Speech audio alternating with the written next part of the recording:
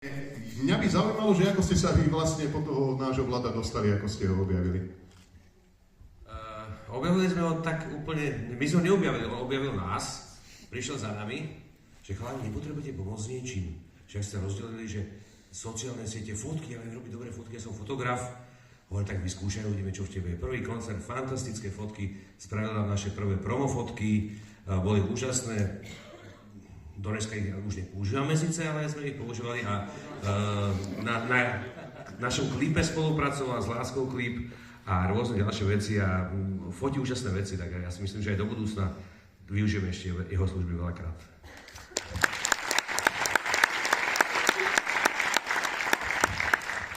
Ja napríklad Vladka poznám krátko, sme sa prvýkrát stretli osobne v Žiline na koncerte, ale sme si sadli ako ľudia, je to úžasný človek a ja mu držím palce.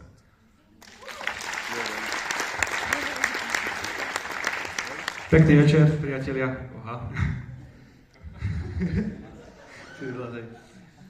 Ja Vladka poznám takisto skrz Alanov, skrz Sinča, Duška a bývalého Desmodu a takto. A musím povedať, že sa s ním vždy cítim v jeho prítomnosti veľmi super, lebo má veľmi dobrú energiu a veľmi dobre sa mi s ním spolupracuje, čiže tiež mu prajem všetko len to dobre, takisto aj vám všetkým. Ja podobne, všetko dobré, Vladku, nech sa ti darí. Si super kamoš. Ďakujem veľmi pekne.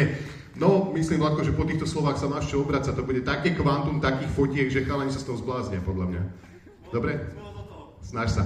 Dobre, ale poďme na to. Takže tuto máme všetko pripravené.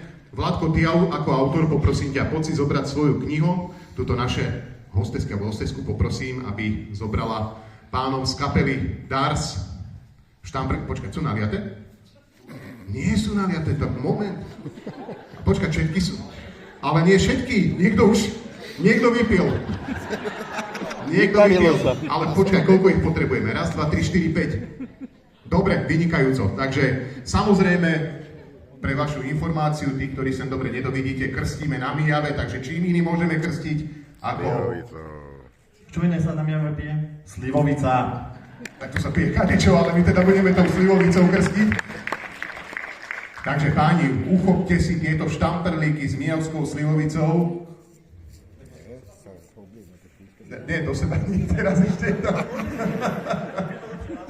Ešte momentíček. Dobre, teraz naozaj symbolicky tú knižočku tak nejako pokropíme, oblejeme a týmto ju oficiálne... Kto ešte jeden. Všetci sú krstní rodičia, krstní otcovia tejto knihy. Takže poďme na to.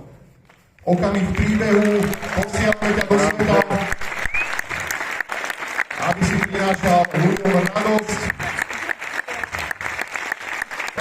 Poprosím Jozefa, Chcel som to venovať všetkým vám a hlavne mojej najbližšej rodine. Je to súčasť aj vás. Ďakujem vám všetkým mojim rodičom, že ma vychovali, dali mi do života to najpotrebnejšie, čo som dostal, je život. Ďakujem všetkým, hlavne mojim rodičom. Ďakujem ešte raz.